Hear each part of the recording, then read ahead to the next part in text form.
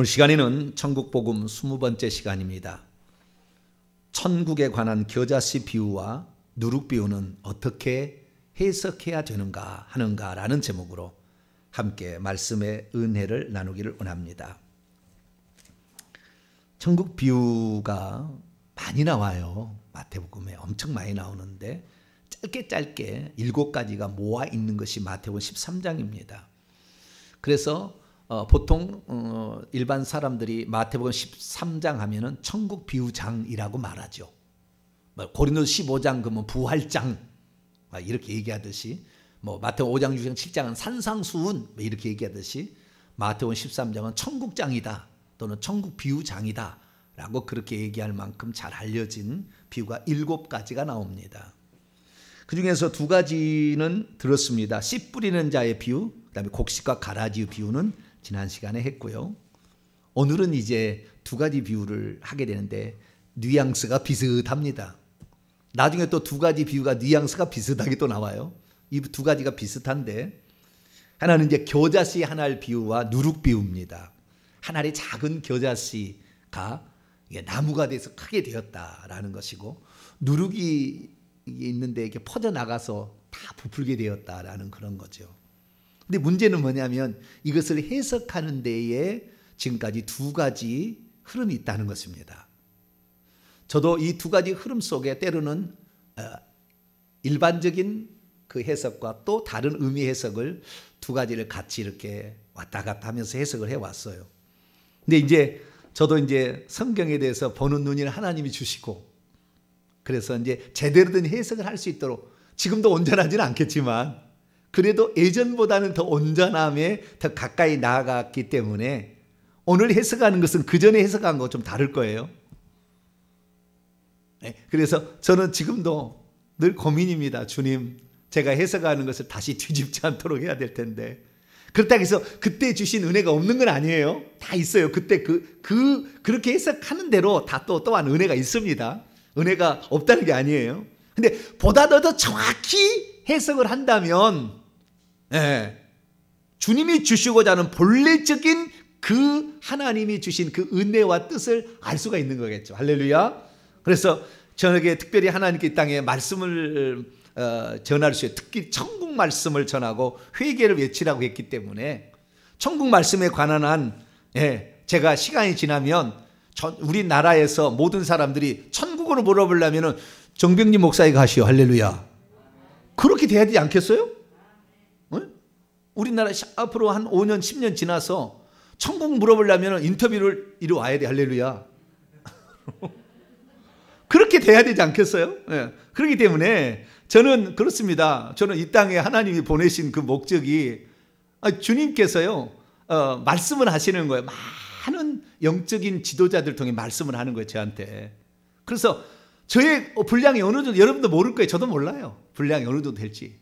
근데 좌우지간 하나님의 뜻이 있어요. 그래서 저는 최대한 이 말씀을 제대로 증언을 해야 되는데, 이 말씀이 제일 어려운 게, 다른 건 어려운 건 없어요. 천국의 비유에서 이 7개의 비유, 이 2가지 비유가 2가지 종류의 해석이 나오는 거예요. 그러면 이 어떤 것을 따라가야 되느냐 이거예요. 어떤 것을. 그래서 제가 이번에 설교 제목을 뭐라고 잡아, 이런 제목은 잘 안 잡았는데, 천국에 가자는 겨자씨 비유와 누룩 비유는 어떻게 해석해야 하는가. 해석이 어려우니까, 이게 해석이 나와야 거기 따라갈 거 아닙니까?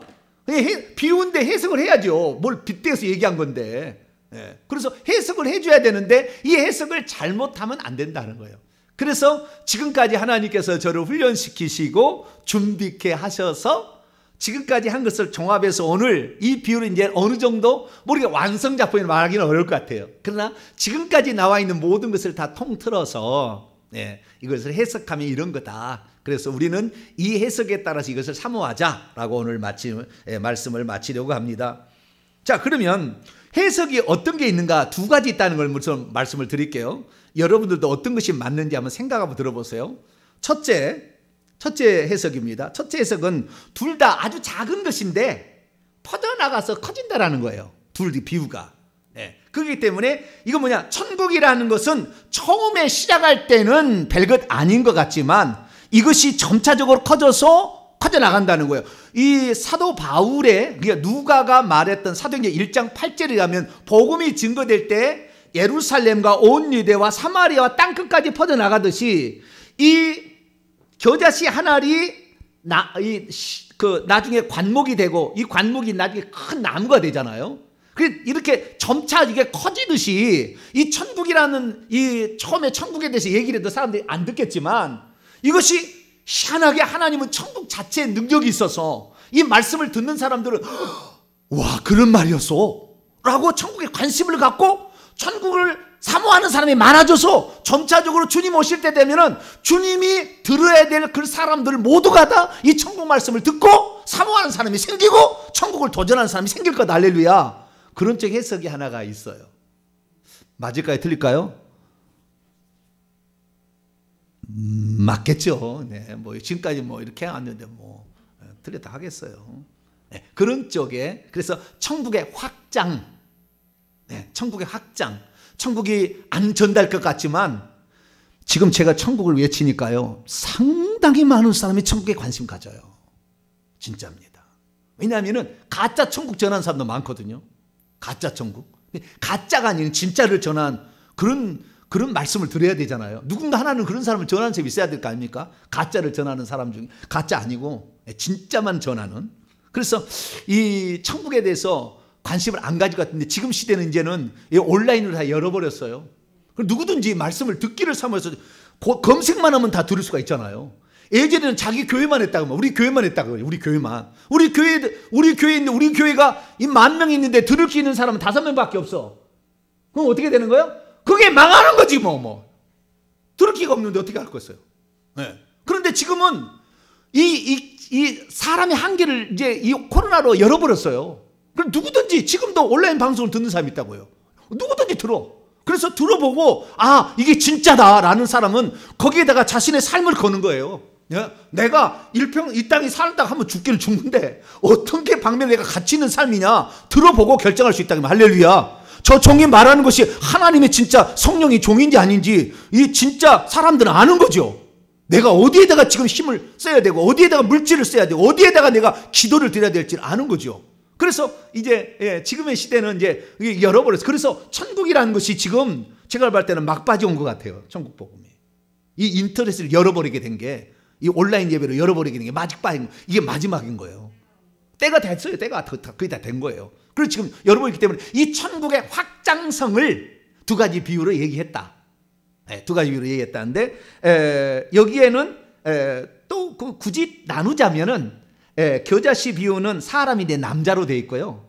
그 다음에 가루서 말은 여자로 돼 있어요. 그래서 남녀의 차이가 좀 있는 것 같고, 그 다음에 겨자씨하고 그 다음에 누룩하고는, 겨자씨는 바깥쪽으로 확장이 된다고 한다. 외형적인 확장을 얘기한다고 한다면 누룩은 안에서의 확장을 얘기하는 거예요. 안에서.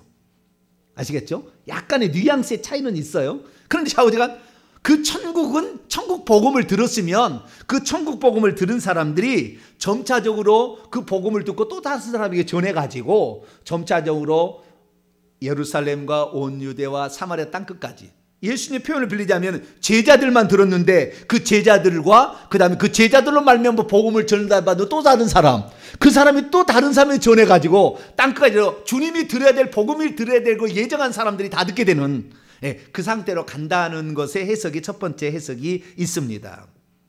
두 번째 해석이 문제인데요, 이것을 받아들일 수도 있고 안 받아들일 수 있어요. 근데 결론 보면 이제 여러분이 알게 될 거예요. 제가 오늘 그 말씀을 드릴 거니까.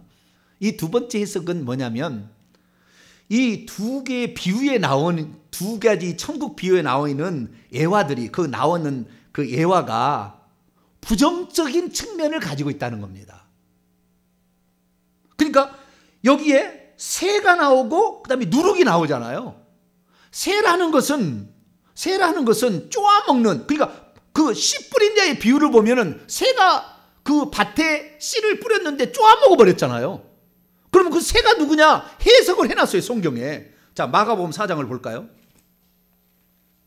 그래서 성경에 나와 있으니까 이렇게 해석해야 된다고 해석을 한다는 겁니다. 그래서 두 가지가, 그러니까 새하고 누룩이 성경에 긍정적으로 별로 안 쓰였다는 거예요. 부정적인 면으로 많이 쓰였다는 겁니다. 자, 마가복음 4장 15절입니다. 마가복음 4장 15절 읽습니다. 시작. 말씀이 길가에 뿌려졌다는 것은 이들을 가리키니 곧 말씀을 들었을 때 사탄이 즉시 와서 그들에게 뿌려진 말씀을 빼앗는. 새가 와서 먹었는데 그것은 누가 와서 뺏은 거예요? 사탄이 말씀을 듣지 못해서 천국 못 들어가게, 천국 말씀 듣지 못하도록 하기 위해서 그냥 씨앗을 바로 먹어버린 겁니다. 그러니까 교회에 오기는 와서 말씀을 듣기는 들었으나 졸고 자빠졌다 주의합니다. 졸고 자빠졌다 가는 거죠. 예, 딴 생각하다 가는 겁니다. 젊은이들 핸드폰만 만지다 가요. 핸드폰만 만지다 간다고. 교회 와서 제발 좀 핸드폰 꺼야 되는데 예배 시간도 핸드폰만 만지고 있어. 자오지가. 예배 안 들어요. 예배 안 들어. 이제 더 이상의 구원받을 숫자가 없으면 주님 오셔요. 그런데 그게 안 듣는다 그 말이에요. 사탄이 다 다른 마음을 줘가지고 못 듣게 한다는 거예요. 그래서 여기에 새라는 것은 사단으로 해석을 했다는 거예요. 천국 비유를 지금 얘기하는데 7가지를 모아놨는데 여기에서는 새를 사탄이라고 했는데 여기에 새는 좋은 새다. 나무에 깃들인다 하는데 이 새는 좋은 새라고 볼 거냐? 아니면은 천국을 저기는 전했는데 이 천국이 가짜 천국을 전해가지고 수많은 사람이 천국을 자기 간다고 와 있지만 실제적으로는 사단 마귀가 노는 가라지와 염소가 가득 있는 그것을 표현하는 거다라고 해석을 한 사람이 있어요. 맞아요? 틀릴까요? 안 들어봤어요 그런 얘기는? 네, 안 들어본 사람도 있을 거예요. 네, 그런데 이렇게 해석한 사람도 있습니다. 여러분 구약의 소재 제사에 누룩 넣으라고 말라고 해요? 넣지 말라고 그러잖아요. 누룩은 나쁜 사두개인의 누룩을 조이지 마라. 그들의 가르침이 너희들의 영혼을 파괴한다는 거잖아요. 그리고 그 누룩이라는 것은 예수님도 좋은 뜻으로 해석한 적이 없어요. 그렇기 때문에 누룩이나 새나 이런 것들은 사단, 나쁜 가르침, 악한 가르침, 거짓 가르침 이런 것으로 우리가 얼마든지 해석을 할 수가 있는 것입니다. 성경에 없는 게 아니에요. 그런 말이 해석할 수 있는 근거들이 있습니다. 그래서 그렇게 근거를 가지고 해석할 것인가라는 거죠. 물론 그것을 그렇게 해석한다고도 틀렸다고 말하기는 좀 곤란해요. 완전히 틀렸다고 말하기는 곤란하지만 그것이 바른 해석인가 라는 측면에서는 한 번쯤은 생각해 봐야 되는 거예요. 그래서 저는 과거에 둘 다 설교했어요. 한편으로는 처음에는 겨자씨의 작은 거다. 그래서 제가 그림을 좀 준비해 왔는데요. 자, 이 겨자씨 볼까요? 왼쪽의 겨자씨는 검정색 겨자씨입니다. 그래서 브라시카 니그라라는 그런 이름입니다. 학명이 브라시카 니그라라는 그런 겨자씨고요. 오른쪽에는 이제 황갈색의 겨자죠. 이것은 브라시카 준케아라는 겨자고요. 흰색 겨자도 있습니다. 시나피스 알바라는 흰 겨자도 있어요. 두 가지 겨자를 우선 여기다 비교를 해봤는데요. 겨자씨가 작긴 작아요. 옛날에 우리가 그 조 있잖아요. 조. 저희 어머니는 서숙이라고 했어요. 서숙. 옛날에 서숙이라고 불렀는데 조라는 게 있는데 그 조보다는 조금 더 크지 않을까. 근데 이 저거요. 왼쪽에는 이제 그 식물들을 말하는 건데요. 유채꽃하고 비슷하게 생겼어요. 제주에 유채꽃 있잖아요. 거의 유채꽃하고 똑같이 그 계열입니다. 과가 그 계열과예요. 십자화과예요. 그 계열입니다. 그래서 노란색의 이것이 검정색을 알을 내든 노란색의 알이 흰색의 알을 내든 다 마찬가지로 이렇게 노란색의 꽃을 피웁니다. 그런데 키가 얼마나 자랐냐면은 나물보다 더 크면 그러잖아요. 오늘 보니까 풀보다 더 크면 옛날에 나물이라고 돼 있었거든요. 나물보다 더 크면 이 사람이 키가 큰데 이 사람이 한 1m 80은 될 것 같은데 3m까지 이렇게 자란다는 거예요. 이 겨자가 3m까지 이렇게 자라는 상당히 큰 거예요. 그래서 저 정도면 저 새가 좀 깃들지 않겠어요? 새가 저 정도면 새 잘 살 수 있다고요. 저 정도 크면은. 그런데 여기에 우리 본문에 보게 되면 나무가 되었다는 말이 나오는 거예요. 나무가. 여러분, 풀이 나무가 됩니까? 풀은 풀이지.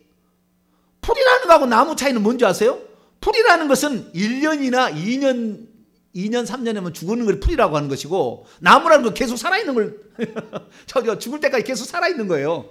그걸 나무라고 하는 거잖아요. 그러니까 풀은 1년 자랐다가 없어져. 그냥 없어져. 다시 또 나오는 게, 뿌리만 있으면 나오는 게 풀이고, 나무라는 것은 거기 나와서 그 나무 안 없어져. 잎사귀만 떨어졌다가 다시 잎사귀 또 나는 걸 나무라고 그러잖아요. 그러니까 나무가 아니에요. 저 아무래도 나무 아닙니다. 그런데 주님께서 뭐라고 했느냐? 자, 오늘 본 말씀 보세요. 32절, 마태복음 13장 32절 봅니다. 시작. 이는 모든 씨보다 작은 것이로되 자란 후에는 풀보다 커서 나무가 되매 공중의 새들이 와서 그 가지에 깃들인다. 여기 보니까 나무가 됐다고 얘기하잖아요. 좀 이따가 나무에 대해 설명하겠습니다. 자, 그러면은 이 풀이 자라게 되면 왼쪽에 이렇게 익어요. 이제 콩이 익으면 저 잎사귀 다 떨어지고 그것만 남잖아요. 그래서 이것이 톡 튀면 이제 그게 나오는 겁니다. 예, 그래서 요 익어갈 무렵에 베어서 놔뒀다가 토닥토닥 해가지고 그게 이제 겨자씨 알을 이제 얻는 거예요. 근데 오른쪽에 나와 있는 것은 나무. 그 나무인데 나무가 되었다. 이 나무 중에서 어떤 나무냐? 이게 백향목 나무입니다. 백향목. 레바논에 있는 성전을 지었던 나무. 백향목 나무인데요. 자, 그러면은 왜 나무 중에서 제가 백향목 나무를 가져왔을까요? 성경에 이렇게 나와요. 그 나무는 백향목일 가능성이 많다는 것이 나옵니다. 성경 한번 찾아봅니다. 에스겔서 17장.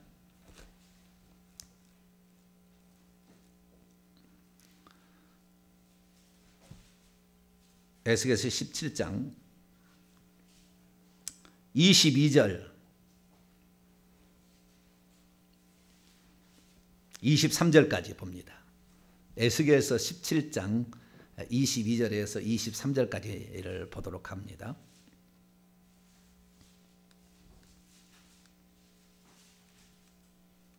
예, 읽어봅니다. 시작.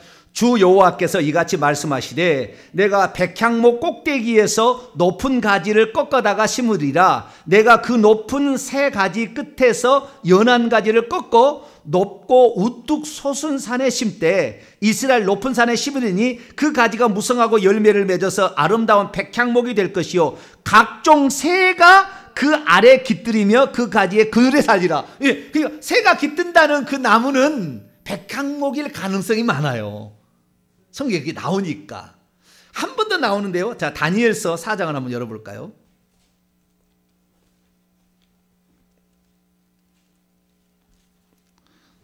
성경이 재밌죠? 재미없어요? 막 졸립죠? 졸린 사람은 지금 사탄이 지금 귀에다가 귀신을 심어놓은 거예요, 지금. 자, 다니엘서 4장. 절대 저한테 설교 듣는 사람은 조는 사람 없습니다. 할렐루야. 제 사전에 조는 사람을 보지 않는 것이 제 설교의 특징입니다. 네. 자, 4장 봅니다. 새들이 깃든다. 10절부터 12절에 새들이 깃든다는 거 12절에 나와요. 자, 10절부터 다니엘 4장 10절에서 12절 시작. 내가 침상에서 다니엘이 꿈을 꾼 거예요. 나의 머릿속으로 받은 환상이 이러하니라. 내가 본즉 땅의 중앙에 한 나무가 있는 것을 보았는데 높이가 높더니 그 나무가 자라서 견고하여지고 그 높이는 하늘에 닿았으니 그 모양이 땅끝에서도 보이겠고 그 잎사귀는 아름답고 그 열매는 많아서 만민의 먹을 것이 될 만하고 들짐승이 그 그늘에 있으며 공중에 나는 새는 그 가지에 깃들이고 육체를 가진 모든 것이 거기에서 먹을 것을 얻더라. 여기 보면 이 느부갓네살이 세상에 우뚝 왕 중에 왕이 돼가지고 그가 번성하니까 그 밑에 사람들이 와서 그늘에 더 쉬고 그 사람을 통하여 먹을 것도 얻고 잘 살더라 라는 거예요. 근데 이 느부갓네살이 교만에 타락하니까 하나님이 잘라버렸어요. 그루터기만 남겨 잘라버리죠. 그러니까 여기에 새는 좋은 뜻으로 해석할 수 있고 나쁜 뜻으로 해석할 수 있어요. 왜냐하면은 이 느부갓네살은 사탄 제국의 어떤 지도자를 얘기하는 거니까 거기에서 깃드는 새는 악한 귀신이라고 풀 수가 있다고 말해요. 그래서 이 새를 귀신이라고 푸는 사람도 있습니다. 새를 사탄이라는 거 귀신이라고. 왜? 그 느부갓네살이 귀신의 왕 바알세불이고 거기에 있는 새들이 깃들고 사니까. 그래서 그렇게 풀 수도 있어요. 그래서 우리가 이것이 나무는 나무인데 이렇게 됐다는 거예요. 자, 그런데 뒤에서 보세요. 이 겨자씨 작은 것들이 그 나무가 되었더니 새들이 와서 깃들고 살았다. 그럼 새들이 깃들고 살았다는 이 말의 의미가 새들이 중요한가라는 거죠. 이거 백향목입니다. 백향목이 씨가 저 오른쪽에 위에 있고요. 전나무처럼 생겼죠. 네, 이렇게 된 게 백향목이에요. 네, 그 백향목 좀 뒤에 설계를 봅시다. 네, 우선 여기까지 봅니다. 그러면 이것을 어떻게 해석을 해야만이 제대로 해석한 거냐? 물론 천국에 숫자가 많기 때문에 다 교회 오는 사람은 천국에 들어가는 게 아니고 거기에는 귀신 들린 사람도 있고 귀를 못 들어서 설교 못 듣고 그냥 졸고다 가서 결국에 가라지로 들어갈 사람도 있다, 염소도 있다, 이렇게 해석하면은 뭐 틀린 해석도 아니잖아요. 그렇죠? 그런 거 있으니까 실제로 그렇게 해석할 수 있는데, 이 본문이 주님께서 먼저 처음에 말씀하실 때 그런 의도로 말씀하셨는지는 우리가 지금 해석을 한 사람이 그렇게 해석하고 있는 것이지 주님이 처음부터 그렇게 하셨느냐라는 것을 우리는 모르죠, 잘. 그래서 제가 지금까지 알려진 것을 다시 말씀을 드립니다. 그래서 해석을 한번 해보는데요. 우선 이 누룩까지 한번 살펴보고 제가 해석을 해보죠. 자, 누룩에 한번 또 볼까요? 누룩에. 자, 누룩이라는 것은 그 빵을 만드는 그 효소잖아요, 안에. 그래서 밀가루에다가 그 누룩을 집어넣어야 그러면 이게 빵이 불풀게 해서 왼쪽에 적은 것이 오른쪽으로 커진다는 거죠. 그걸 구우면 빵이 되는 거죠. 그래서 이 누룩이 지금도 이거 그 여자가 그 앞에 보니까 상당히 부풀어 올라왔죠. 누룩이 한 하루 밤을 새웠나 봐요. 여러분 빵 만들 때 누룩을 넣어야 빵이 되듯이 그렇게 되는데, 옛날에는 이 누룩이 잘 발효가 될 수 있도록 여기에 서말, 가루 서말이 돼 있잖아요. 가루 서말 속에 갖다 전부. 그래서 지금 서말이 저기 있죠. 한 말은 잘 안 보이려고 하는데 그 뒤에 있어가지고 그 서말 세 개 말이 한 말, 두 말, 세 말 있죠. 서말인데 이 한 말은 그 히브리인들은 스아라고 합니다. 한 말을 한 스아. 말이 우리는 말로 번역을 했죠. 한 스아. 한 스아에 얼마 한다고 나오잖아, 그거요. 예전에. 그래서 스아는 13.13리터입니다. 13리터 한 스아가. 그래서 서말이라는 것은 39.4리터인데 리터가 중요한 게 아니에요. 여자가 가루 서말 속에 셋이라는 거죠. 세 스아를 이렇게 했다는 거예요. 그러면 이 서말 셋이라는 의미가 있을까라는 거죠. 서말 셋이라는 의미가 있을까 그런 거예요. 그래서 이런 것들을 우리가 생각할 때 어떻게 해석을 해야 되느냐는 겁니다. 네, 여러분 성경 해석의 원칙을 제가 지금 말씀을 드릴게요. 지도자가 될 사람들은 이 말씀을 잘 들으면 나중에 성경 해석을 잘 할 거예요. 성경 해석의 원칙이 있습니다. 그것은 해석이라는 것은 해석을 가해야만 알 때 해석인 거거든요. 그러니까 해석이라는 것은 비유를 해석하는 겁니다. 비유를 해석하는 거예요. 그냥 물론 다른 것은 설명이라고 그러지 해석이라 하지 않습니다. 사실은 해석을 해야 되는데 비유기 때문에 해석하는 거예요. 자, 31절 봅니다. 31절 또 비유를 들어서 말씀하셨어요. 33절 봅니다. 또 비유를 들어서. 근데 여기에 33절에 보면 다른 알로스 파라볼레예요. 파라볼레. 알로스라는 것은 제가 그랬지 않습니까? 똑같은 종류, 헤테로스가 아니고 알로스는 똑같은 종류의 다른 것은 알로스라고 하고, 헤테로스는 전혀 다른 거. 팥하고 콩하고는 전혀 다르지만 콩 중에서도 강낭콩 무슨 콩이 있지? 자오지가 무슨 콩이 있는데 콩 종류의 다른 것은 알로스 콩이고 헤테로스는 팥하고 콩하고 다른 차이예요. 여기는 똑같은 거예요. 그러니까 지금 제가 이 두 개의 비유를 같이 드는 것은 똑같은 의미인 거예요. 지금 주님이 이거 설명하는데, 어떤 사람들은 지금 겨자씨를 이렇게, 남자들은 이걸 잘 알 것이고 지금 빵을 굽는 여자들은 또 이 누룩의 비유를 잘 할 거예요. 그리고 거기 듣고 있는 사람들이 밖에서 하는 사람, 안에서 일하는 사람이 다 알아들을 수 있도록 두 가지 비유를 들어서 말씀을 하신 거예요. 그런데 이 비유를 해석을 해야 되는 겁니다. 그럼 비유라는 게 뭐냐는 거예요. 비유라는 건 뭐냐면 원래 말을 하고자 하는 사람이 이것을 전달하고 싶은데 이것을 그대로 얘기하면 알아들을 사람이 없어. 잘. 이게 너무 영적이라 알아들을 수가 없어. 그래서 자기들이 잘 알고 있는 어떤 사물을 갖다가 옆에다 갖다 놔. 그러면은 그거요. 그렇군요.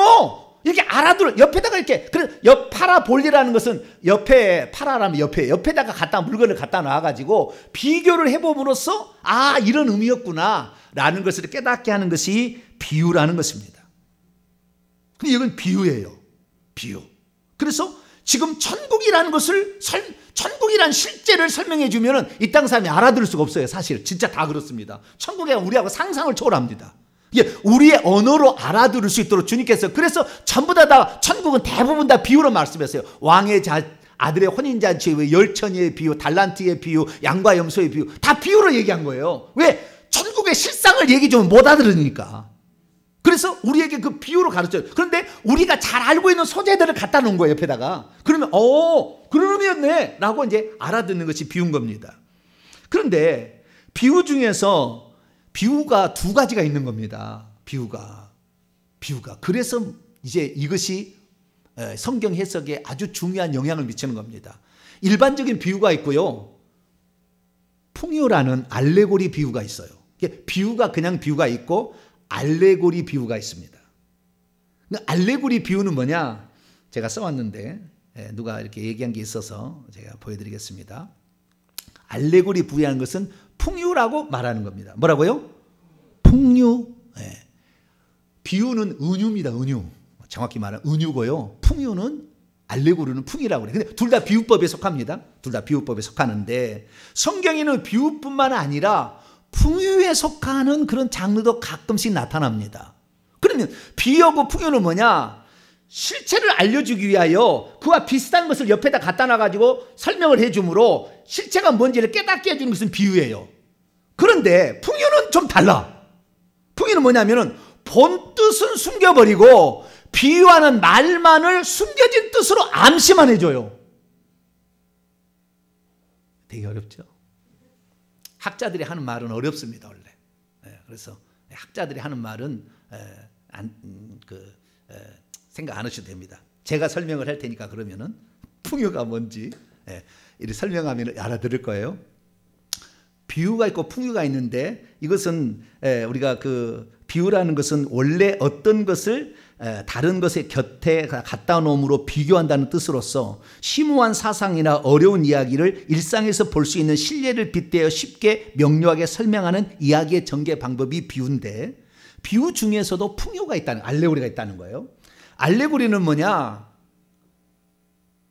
실체를 원래 이걸 얘기하려고, 원래 이걸 얘기하려고 비유를 든 거예요. 다른 거 갖다 놓은 거예요. 그런데 이 실체가 뭔지를 처음부터 숨겨버립니다. 비유를 들기는 드는데 처음부터 숨겨버려. 그러면 이 비유를 듣고 있는 사람들은 요걸 얘기하려고 했는데 이거 처음부터 숨긴 것을 얘기를 한 거예요. 숨기고 얘기를 한 거예요. 비유를 갖다 놓은 거예요. 그러니까 이 말하는 사람이 그것이 무엇이다라고 정확히 의미를 가르쳐 주기까지는 절대 못 알아들어. 비유를 들어도. 이 비유를 설명을 계속 비유를 들어도 실체를 뭘 말했는지를 절대 몰라. 이것이 풍요인 거예요. 무슨 얘기냐면 제가 예를 들어볼게요. 이 종이에다가 둥그런 이런 동그라미 하나를 그려봅시다. 동그라미를 그렸어요. 그러면 여러분 이 동그라미는 여러분 상상할 수 있죠. 이 동그라미는 뭐라고 상상할 수 있을까요? 자, 한번 얘기해 볼게요. 이 동그라미 뭐죠? 그냥 동그라미인가요? 멀리서 본다고 해보세요. 이건 뭐겠어요? 자, 얘기해 드리겠습니다. 내가 생각하고 있는 거하고 여러분 생각은 다르니까. 그러니까 실체를 숨기고 이 원만을 내가 비유를 갖다 설명하고 있는 거예요. 근데 이 원은 원래 뭐냐면 이 원은요 축구공입니다. 뭐라고요? 축구공이요. 멀리서 볼 때 축구공이요. 나는 지금 축구공을 설명하려는데 원만 그려놓고 비유를 갖다 원 설명하고 있어. 그러니까 내가 이거 축구공인지 뭔지 못 알아들어. 다시 얘기합니다. 이건 원뿔 기둥입니다. 원뿔 기둥. 뭐라고요?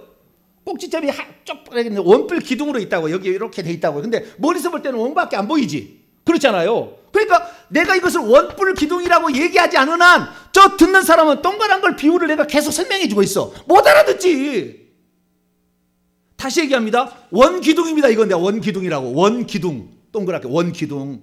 원기둥이에요. 내가 원기둥을 그려놓은 거예요. 여러분이 이 원기둥인지 모르잖아요. 근데 이 동그란 것만 설명을 해줘. 계속 비유를 갖다가. 원기둥인지 알겠어요? 모르는 거예요.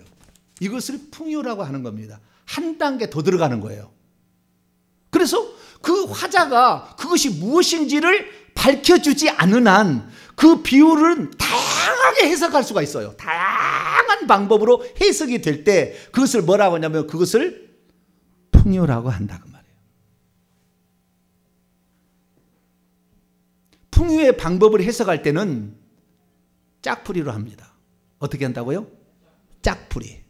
이 풍요라는 방법을 이용해서 사람을 농락한 게 신천지입니다. 신천지는 그 풍요가 아닌 것인데 비유도 풍요로 바꿔버립니다. 뭐라고요?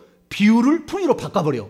그래서 자기가 의도한 이 신천지 이만희가 의도한 대로 그 해석을 짝풀이를 갖다가 성경 구절을 가져와서 아까 얘기했듯이 새가 이런 의미다. 예, 그 다음에 누룩은 이런 의미다. 이거 바리새인의 누룩이다. 이런 식으로 계속 갖고 와요. 그래가지고 이렇게 이렇다 그러면 와 성경에 그런 진리가 숨어 있었어. 뻑 빠지게 되는 거예요. 이것이 바로 신천지가 쓰는 수법입니다. 그래서 이 풍요라는 것은 매우 위험한 해석이에요. 위험한 거예요. 그래서 주님께서 비유를 말씀하실 때 이것이 풍요였다. 그러니까 예를 들어서 이 설명을 하자면 또 다르게 내가 풍요를 하나 알레고리를 설명해 볼게요. 알레고리 뭐냐면은 그림자를 그려놓고 이것을 다른 걸 비유를 든 거예요. 실체를 숨기고 그림자만. 그러니까 아무리 이 그림자가 동그랗게 생겼는데 이 그림자가 어떻게 해서 생긴 그림자인지 몰라. 이것이. 그런데 실체를 숨겨놨으니까. 그래서 이것을 뭐라고 얘기를 해야만 되는데 그림자를 가지고 해석을 하니까 이 그림자가 이런 것도 이렇게 그림자 저런 비슷한 그림자가 나오잖아요. 그러니까 다양한 해석들을 할 수 있는 것이 바로 뭐냐? 풍요 알레고리인 거예요. 실제를 숨겨버리고 그림자를 비유로 설명하고 있으니까. 예, 이제 이해가 되시죠? 학자가 얘기하는 것보다는 낫죠. 할렐루야 주여. 네, 학자가 얘기하는 것은 되게 말은 맞는 것 같은데 되게 어려워요. 설명하기가 쉽지 않습니다. 그게 풍요인 거예요. 자, 풍요의 하나의 예를 내가 들어볼게요. 여러분 누가복음에 하나 볼까요? 사마리아인 누가복음 10장을 보세요.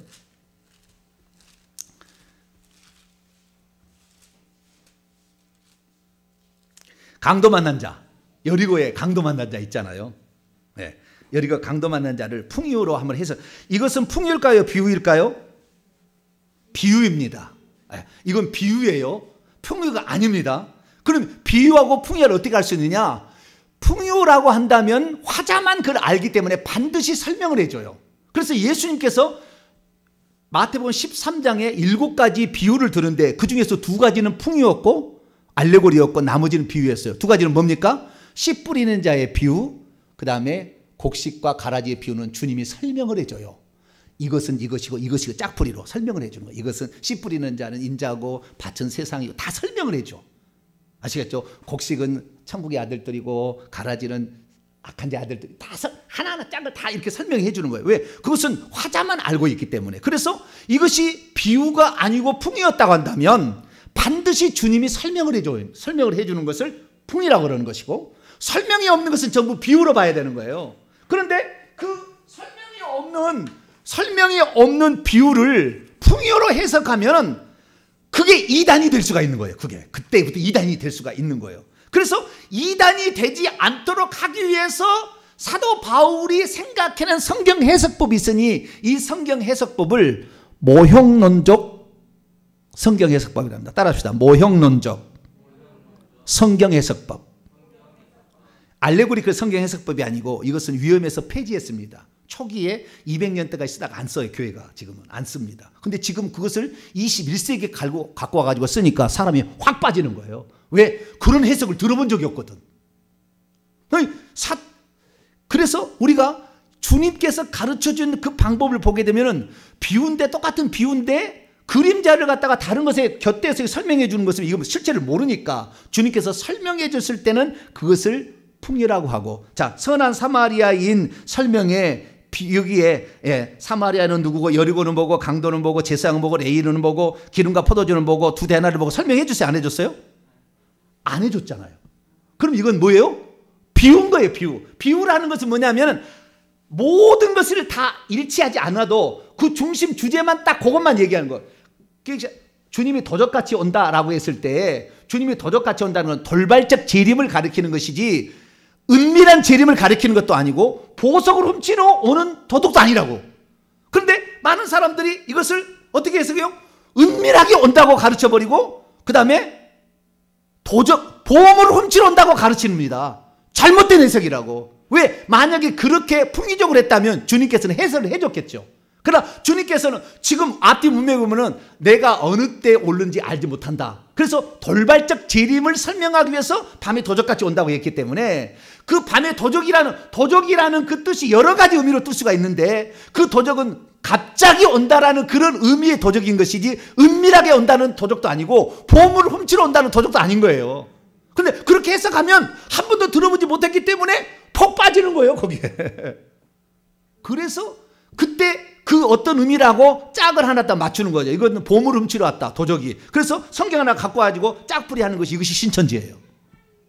그러니까 우리가 조심을 해야 돼요. 자, 그러면 오늘 누가복음 10장의 25절부터 37절까지 나와 있는 이 자비를 베푼 사마리아 사람은 비유입니다. 비유라는 것은 이건 뭘 하려고 그랬냐면 예수님께서 뭐라고 했냐면은 자, 36, 37절에 결론 이렇게 얘기합니다. 시작. 네 생각에는 이 세 사람 중에 누가 강도 만난 자의 이웃이 되겠느냐? 이르되 자비를 베푼 자니라. 예수께서 이르시되 가서 너도 이와 같이 하라. 누가 이웃에게 자비를 베푼 자인지를 설명해 주는 겁니다. 그게 사마리아인이 등장해서 자비를 베풀어 줬다. 이것입니다. 핵심은 이거예요. 다른 거 사마리아인은 누구고 제사장은 누구고 기름과 포도주는 누구고 이것을 다 짝을 맞춰버리면 얼마든지 만약에 나쁜 의도를 갖고 있는 이단의 괴수가 이걸 이용하려면 얼마나 이용하는 거예요. 그래서 사도 바울이 그렇게 잘못 이용할 것 같아가지고 우리가 만약에 비유를 알레고리컬로 해석하려면 반드시 한 가지 방법만 쓰라고 했어요. 그건 뭐냐면 모형론적 성경 해석 방법만 쓰라고 사도 바울이 갈라디아 4장에 얘기를 해놨어요. 그래서 이 모형론적 성경 방법은 다시 다르게 하면 예표론적 성경 해석 방법입니다. 예표론적 성경 해석 방법에는 뭐냐면 신약에 등장하는 모든 것들은 구약의 율법의 완성인데 요한복음 5장 39절에 가면 이 성경이 내게 대하여 증언하는 것이라. 너희가 성경에서 영생을 얻는 줄 생각하고 성경을 상고하지만 이것은 내게 대하여 말하는 거다. 그렇기 때문에 구약의 모든 율법들을 예수님이라고 이것을 예수님을 설명하기 위한 비유라고 전부 해석을 한다면 그건 괜찮다는 거예요. 이것이 사도 바울이 가르치는 말이에요. 이 모든 게 다 예수님을 설명한다. 그래서 누가복음 24장에 엠마오로 가는 두 제자나 또는 그 뒤에 나오는 걸 보면은 예수님께서 설명을 해주잖아요. 모세의 율법과 선지자의 글과 시편에 나를 가리켜 기록된 것이 있었다 하면서 구약에 나와 있는 모든 말씀이 나를, 그러니까 구약의 유월절 양도 난 거고 구약의 유월절 양도 난 거고 구약의 절기도 다 나야. 나를 말하는 거야 다. 뭘 먹고 뭘 부정하고 다 나를 말하는 거야. 그러니까 그렇게 설명을 하는 거죠. 그래서 우리가 만약에 이단에 빠지지 아니하고 진실로 성경 해석을 바르게 하려면 모형론적 이것은 다 예수님 이야기라고 풀어가면 절대 이단 안 나와. 근데 저 신천지는 어떻게 하냐면 그것을 자기로 푸는 거예요.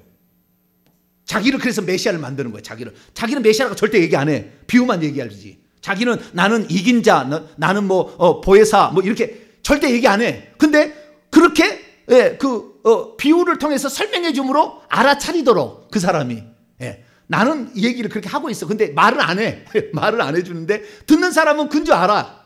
이제 아는 사람. 그러면 깨달았다고 그래요. 그 사람한테.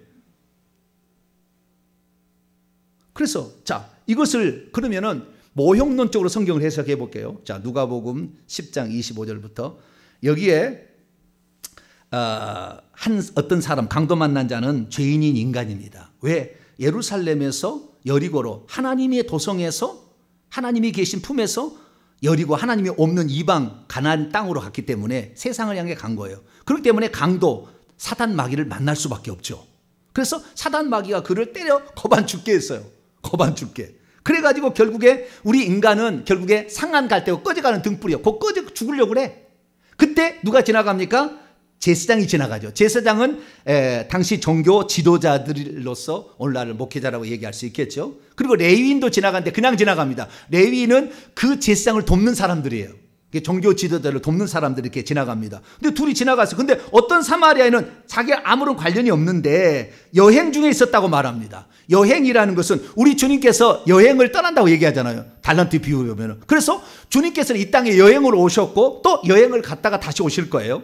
그래서 여행 중에 있는 이 사마리아인은 멸시와 천대를 받고 이 땅에 오신 예수 그리스도를 상징하는 거예요. 그래서 예수 그리스도고, 그때 예수님께서 그 사람에게 기름과 포도주, 기름이라는 것은 성령이고 포도주는 피예요. 그래서 우리에게 성령의 생명을 주시고 피를 주셔가지고 우리를 살려내는 겁니다.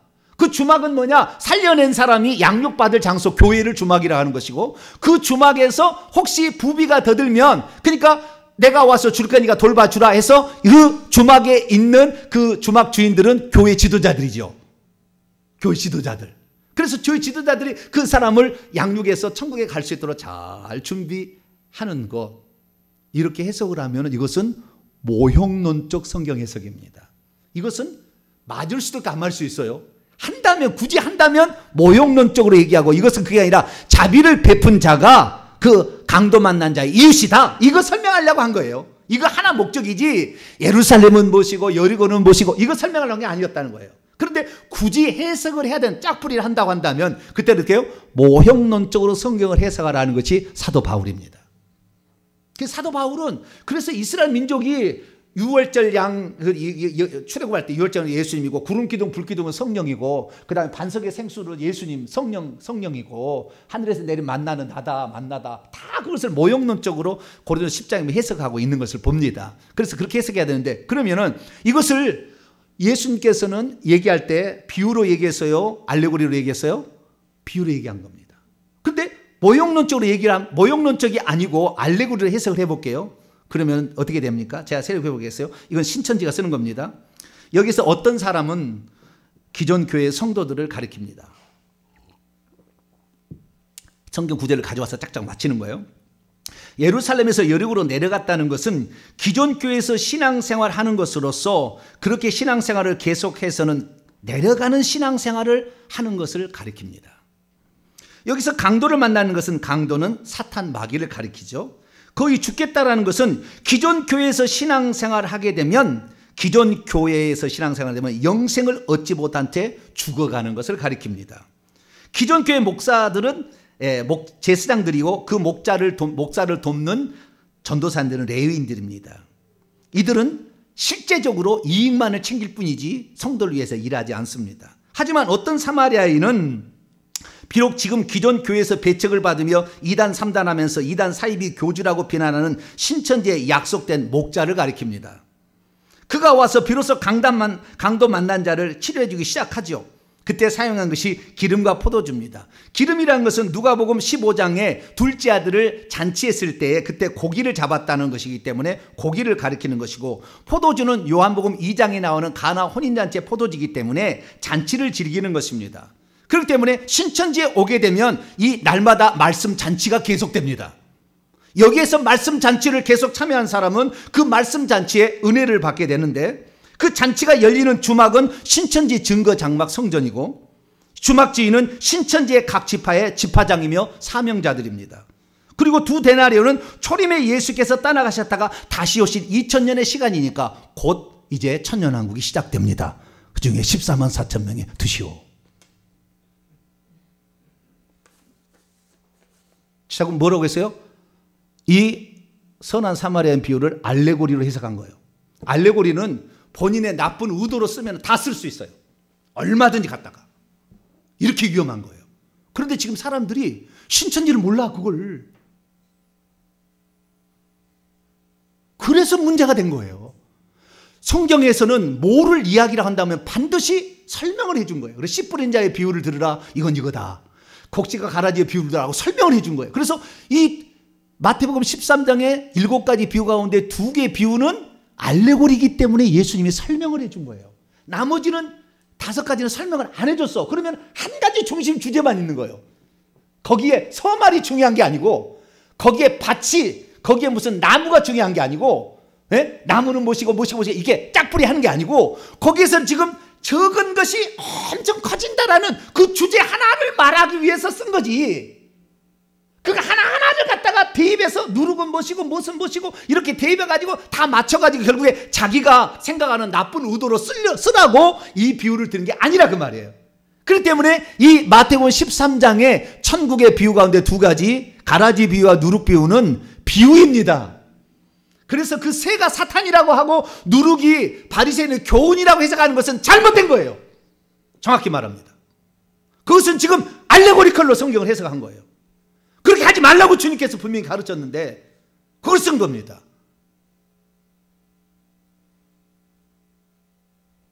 그래서 우리가 알레고리컬 성경 해석에 한번 푹 빠지면은요, 거의 마취 상태에 갑니다. 마약을 먹는 것처럼.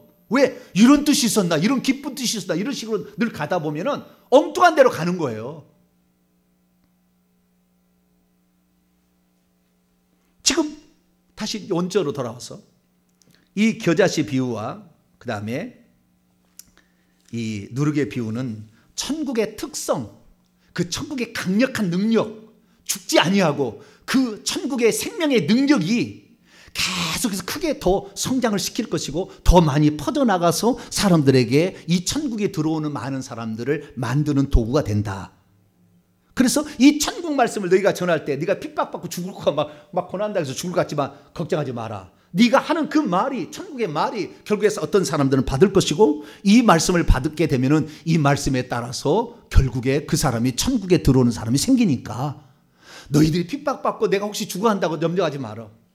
그 천국은 살아있기 때문에, 그 말씀은 살아있기 때문에 누구에게 어디에 들어가게 되면 그 사람은 그걸 받고 목숨을 걸 자가 있을 거다. 할렐루야. 그걸 말해주는 거예요. 그래서 예수 그리스도께서 이런 생각을 저는 해봤어요. 예수님이 하나님 아들 아닙니까?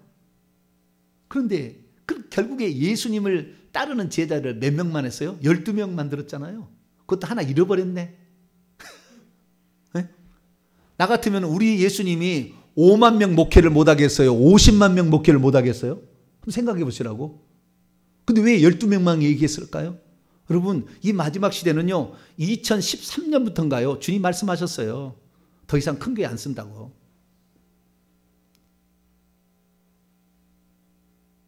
불량품을 제조해내니까 안 쓴다고 했어요. 불량품을 제조해내니까. 지금은 그래서 큰 교회 하나님 안 써요. 지금 시대는. 큰 교회라고 막 가서 몰려가는, 옛날에는 그런 시대에 있었어요. 큰 교회라고. 여러분들 적은 교회든 어떤 게 아니에요. 진리를 선포하는 교회를 붙잡게 되길 축원합니다. 이게 중요한 거예요. 주님이 목회를 못해서 50만 명 목회를 안 했겠어요? 주님을 믿고 따르겠다고 목숨까지 버리겠다고 따라온 그들 하나로 족하다는 거예요. 주님.